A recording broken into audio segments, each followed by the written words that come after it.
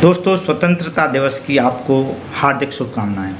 आज़ादी के समय हमारा देश आर्थिक रूप से बेहद कमज़ोर था, प्रशासनिक अनुभव सीमित था और विभाजन की त्रासदी ने देश को भीतर तक झकझोर दिया था। लाखों लोग बेघर हुए, सांप्रदायिक हिंसा फैली और सरकार के सामने शांति को स्थापित करने, विस्थापितों को बसाने और देश को एक सूत्र में जोड़ने की एक बड़ी चुनौती थी। लेकिन उस दौर में राजनीति में एक बात उल्लेखनीय थी। मतभेद था लेकिन संवाद थे। समय बदला, नेतृत्व बदला, राजनीति का चरित्र भी बदलता गया और धीरे धीरे देश सेवा के नाम पर सत्ता हासिल करना ही राजनीति का प्रमुख लक्ष्य बनता गया। विरोधी दल प्रतिद्वंदी से आगे बढ़कर शत्रु समझे जाने लगे और अब राजनीति में मानो एक ही मंत्र है, गिराओ, पटाओ, निपटाओ और हटाओ।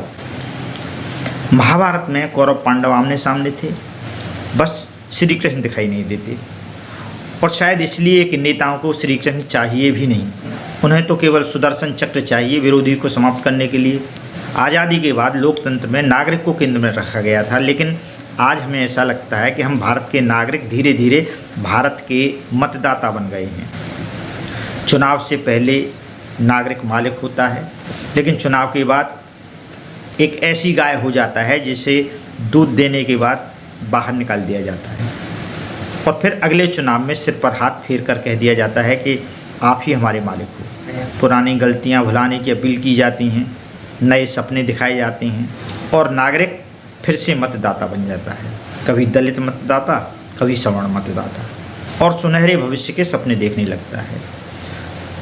लेकिन कुछ साल बाद फिर उसकी नींद टूटती है, दृष्टि साफ होती है तो पैरों के नीचे फिर वही कांच के टुकड़े दिखाई देते हैं। पैर लहूलुहान होते हैं और तभी टीवी पर वही मुस्कुराता हुआ चेहरा सामने आता है।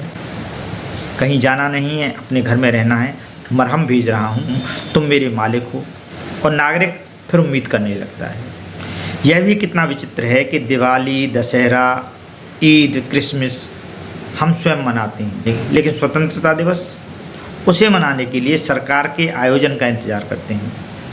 शायद इसलिए कि हमने विदेशी शासन से तो आज़ादी पा ली, लेकिन स्वतंत्र नागरिक होने का अर्थ अभी भी पूरी तरह से हमने नहीं सीखा। आज स्वतंत्रता दिवस है, इसलिए खुशियाँ मनाइए, लेकिन एक संकल्प कीजिए।